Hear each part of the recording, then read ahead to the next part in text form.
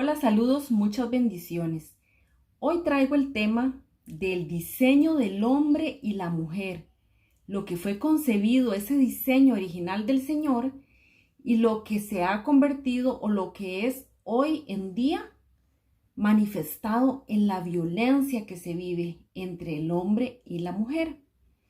Quiero iniciar este tema leyendo el texto bíblico donde Dios menciona cuál fue su idea para crear una humanidad como la que ha hecho.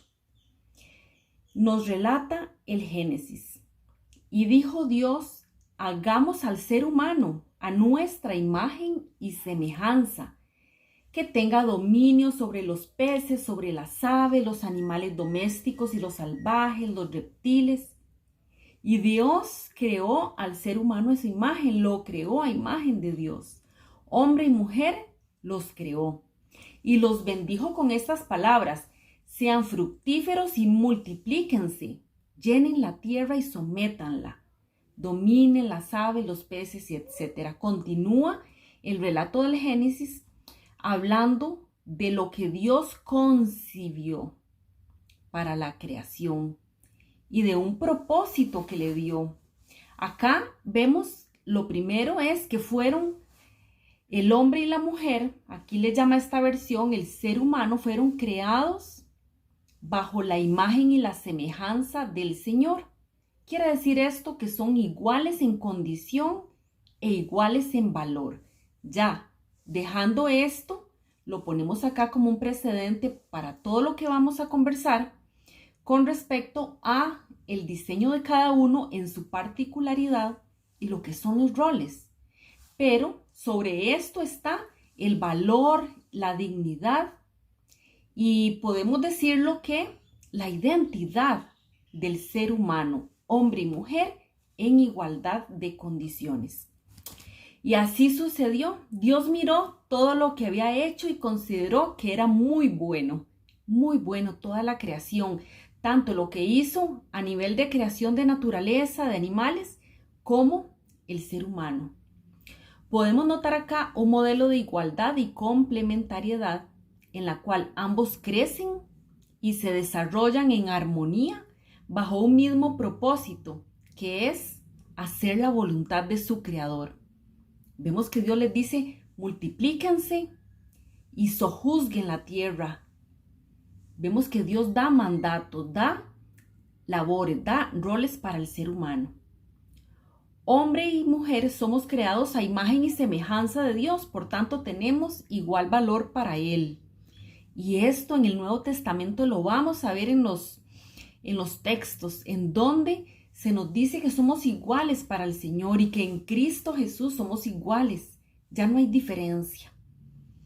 Pero entonces, ¿a qué nos referimos cuando hablamos del diseño para el hombre y la mujer? ¿Será acaso que hay un diseño diferente para cada uno? Génesis 2:15 nos dice: Dios el Señor tomó al hombre y lo puso en el jardín del Edén para que lo cultivara y lo cuidara. Y le dio este mandato: puedes comer de todos los árboles del jardín, pero del árbol del conocimiento del bien y del mal no deberás comer. El día que de él comas, ciertamente morirás. Mandato del Señor. Hasta este momento vemos que la labor del hombre era cuidar y trabajar lo que se le había encomendado. La tierra, el Edén, cuidarlo, labrarlo, trabajarlo. Eso tiene que ver con un rol, con una función específica. Vemos que aquí no estamos hablando ya de valor, de igualdad, de dignidad. Aquí estamos hablando ya de una función, de un trabajo, de un rol que es algo muy diferente de lo que es el valor personal. La mujer, según el texto, si lo tomamos de manera literal, porque hay posturas sobre esto, tenemos que abrirnos a estudiar y a leer las posturas. Pero si lo tomamos de manera literal, la mujer no había sido creada en este momento. Después de que Adán estuviera haciendo su trabajo individualmente, Dios vio que él no podía desarrollarse de manera plena, así que le creó una ayuda adecuada. La palabra en hebreo significa eser, ayuda. Eser, ayuda. Y vemos algo muy hermoso, que el primer eser para toda la creación es Dios mismo. Dios es nuestro eser, nuestro ayudador. Esta realidad la vemos plasmada en muchos de los salmos, en los cuales los salmistas rogaban al Señor y le decían: yo sé, Señor, que eres mi ayudador, eres el que me fortalece, eres la roca, eres la protección. También Hebreos 13:6 nos dice: así que podemos decir con toda confianza: el Señor es quien me ayuda, no temeré. ¿Qué me puede hacer un simple mortal? Aquí estamos poniendo otro precedente. El primer eser, el primer ayudador, es nuestro Señor. La palabra eser se refiere a la ayuda que proviene de la fuerza de un ejército y que sin ella es muy probable que se pierda una batalla. Vemos que esta ayuda no es cualquier ayuda, es una ayuda poderosa, con fuerza, una ayuda necesaria para poder cumplir la labor de ganar una batalla. Este es el ejemplo que nos da el diccionario teológico de la palabra eser, ayuda. Ayudar a alguien supone entonces compensar lo que le falta de fuerza. La mujer entraña esa ayuda en su diseño divino, esa ayuda tan particular y especial. Esto que se nos dice, ayuda idónea, ayuda fuerte. Se dice en la palabra de Dios que la mujer fue creada como una eser, una ayuda fuerte, una ayuda adecuada para el varón. Es la primera y única cosa que Dios destaca como necesitada de perfección en una creación, en todo lo demás perfecta y buena. Podemos leer en el blog de la Coalición por el Evangelio unas palabras que dicen acerca de este tema. La unidad entre hombre y mujer sufrió un cambio crucial. Esta ayuda, que era ideal, que era perfecta, este complemento para ese mandato que se nos dio de multiplicar la tierra, de sojuzgarla, tuvo un cambio. Las recriminaciones y las quejas hicieron su aparición. Se convirtió en motivo de opresión y explotación. La mujer se volvió dependiente del marido, siendo para él su deseo, mientras que la protección por parte del hombre fue egoísta, deseo sexual y clara explotación. Vemos que acá todo lo que era perfecto se fue cambiando, se fue hacia otro destino que no era el diseño divino del Señor a raíz del pecado, la introducción del pecado. Este texto de Jeremías 23:3 nos dice: practicad el derecho y la justicia y librad al despojado de manos de su opresor. Esto fue lo que inició después de la caída en Génesis 3. La lucha entre el hombre y la mujer parece un juego interminable que inició después de la caída. Génesis 3 nos relata que el hombre y la mujer, que hasta entonces tenían una relación perfecta y colaborativa, se vieron separados, se vieron enfrentados y desconectados entre ellos por primera vez. ¿Y cómo podemos ver esta realidad en nuestros contextos de hoy en día, en nuestros contextos modernos? Por ejemplo, en la institución de la familia, que debe ser la principal fuente de amor y de ayuda mutua, la vemos con patrones disfuncionales en su interior, llevando conductas maltratantes del uno hacia el otro y produciendo ciclos de dolor, de frustración y de abuso en todas sus formas y manifestaciones. El hombre y la mujer han dejado de cumplir su papel frente a Dios y han decidido hacer las cosas según su manera de pensar. Esta es una de las consecuencias del pecado: separarnos de la voluntad de Dios. Todo ese diseño, todo ese eser, todo ese amor, esa complementariedad quedó destruida. Romanos 12:2 nos dice: no se amolden al mundo actual, sean transformados mediante la renovación de su mente. Así podrán comprobar cuál es la voluntad de Dios, buena, agradable y perfecta. Si el ser humano no transforma su mente, nunca podrá comprobar cuál es esa voluntad de Dios para él, y tampoco va a poder ejercer su rol adecuadamente. Los conceptos que la sociedad nos ha enseñado sobre masculinidad y feminidad son los que hemos aceptado como una verdad consensuada. El modelado familiar es algo muy importante en nuestra vida. Todos esos patrones disfuncionales de masculinidad y feminidad son aprendidos precisamente en el hogar. Allí aprendemos a desvalorizar el otro o a darle el valor que tiene. Aprendemos a imponernos sobre el pensamiento del otro o aprendemos a tomar en cuenta y a escuchar. Aprendemos a servir o también a hacer cargas para los demás y a manipular. Algunos patrones enfermos que llevan mucho dolor al sistema familiar son, por ejemplo, el machismo, el autoritarismo y el maltrato. El hombre que lidera desde el control está desconectado de su diseño divino. El hombre que lidera desde la desatención está en desobediencia a su creador. El hombre que despersonaliza a su mujer la daña, la apaga, la minimiza. El hombre que abdica de sus deberes, de su rol precisamente, hace que la mujer ocupe tomar el control de la relación, de la familia, llevándola a sentirse insegura con ese hombre. Y por tanto ella tiene, ante un hombre pasivo que no cumple su rol, la mujer, como es Éser en su ADN, en su diseño original, la mujer necesita desarrollar su fuerza interna, esa cualidad divina que el Señor nos dio. La mujer asume otro papel sobre ese hombre pasivo, sobre esa masculinidad disfuncional y esa falta de liderazgo en el hogar. ¿Cuál es el trato correcto en la relación de pareja en base a los conceptos bíblicos mencionados de diseño, de complementarismo, de someternos unos a otros, como nos dice la palabra?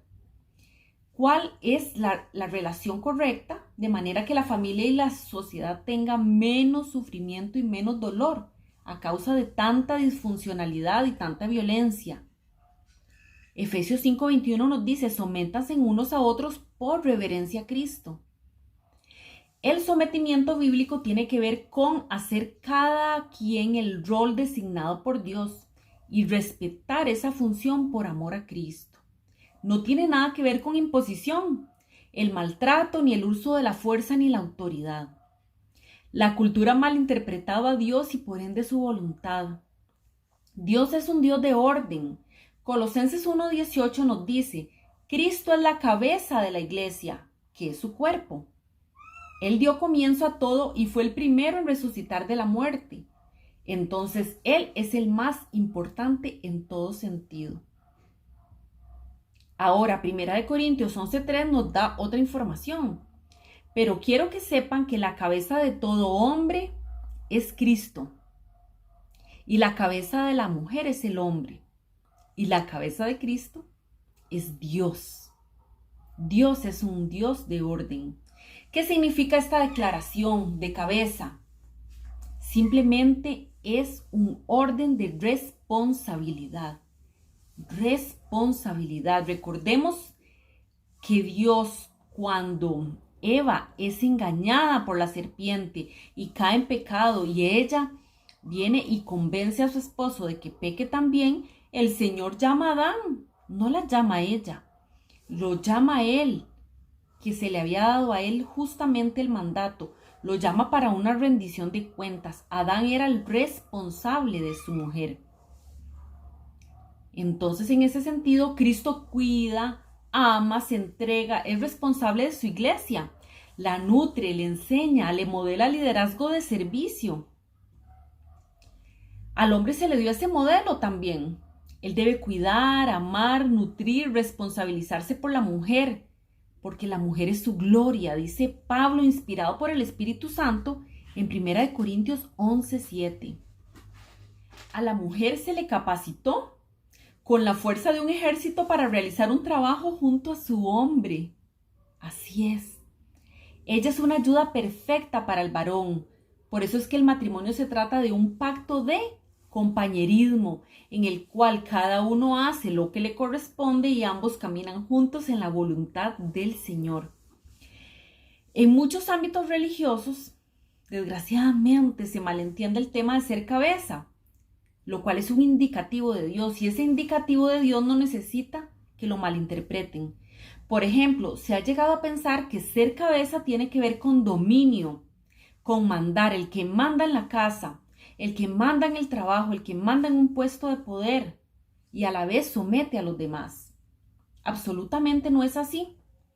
Y por eso tantos creyentes han sufrido abuso espiritual a lo largo del mundo en muchas iglesias. El modelo de liderazgo debe ser basado en el ejemplo de Jesús, un liderazgo de servicio que guía, provee, atiende las necesidades de los que tiene a su alrededor. Algunos pasajes bíblicos se han malinterpretado debido a una falta de hermenéutica bíblica, contextual.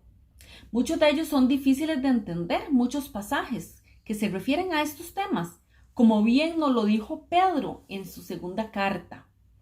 Pedro 3, del 15 al 18, donde nos dice que las cosas que Pablo escribe es muy difícil de entender para él y para ellos en esa época, en ese contexto. Ahora, para nosotros, en otra lengua, en otra época, lo sigue siendo. La Biblia dice que el hombre fue creado primero y que la mujer fue creada para él, que ella tiene en su diseño una función de ser su éser, su ayuda adecuada con la fuerza de un ejército. Recordemos el significado. Para que ambos puedan ejecutar el mandato de Dios de poblar, sojuzgar, labrar la tierra, ya sea que esto se vea como una metáfora o como algo literal.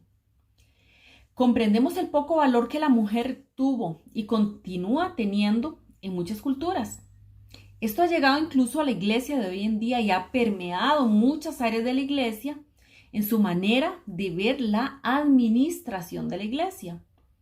Hoy en día vemos la función de la mujer que puede ser o exaltada o minimizada, dependiendo de la denominación de cada iglesia. ¿Cómo es en tu iglesia? ¿Cómo es la función de la mujer en tu iglesia? Y quizás te has preguntado por qué en otras iglesias la función de la mujer es diferente. El feminismo radical ha hecho mella en la iglesia también, produciendo un feminismo cristiano que está muy en auge hoy en día. Y esto inició a raíz de la teología de la liberación en los años 70 y que llevaba por objetivo de construir los discursos machistas que inundan las iglesias. Una tarea pendiente para la religión sostenida por muchas mujeres cuya voz no se escucha.